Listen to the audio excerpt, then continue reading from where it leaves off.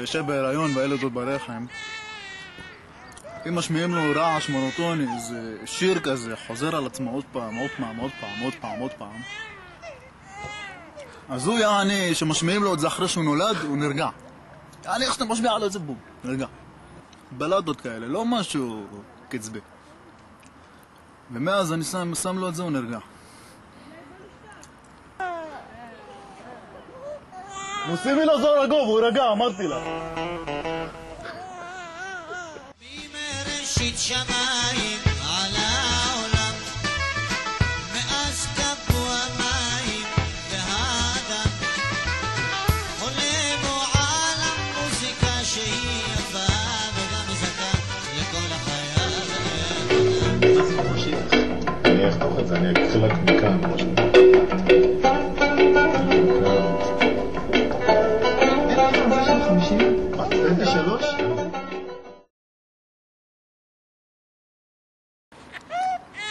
אקשן.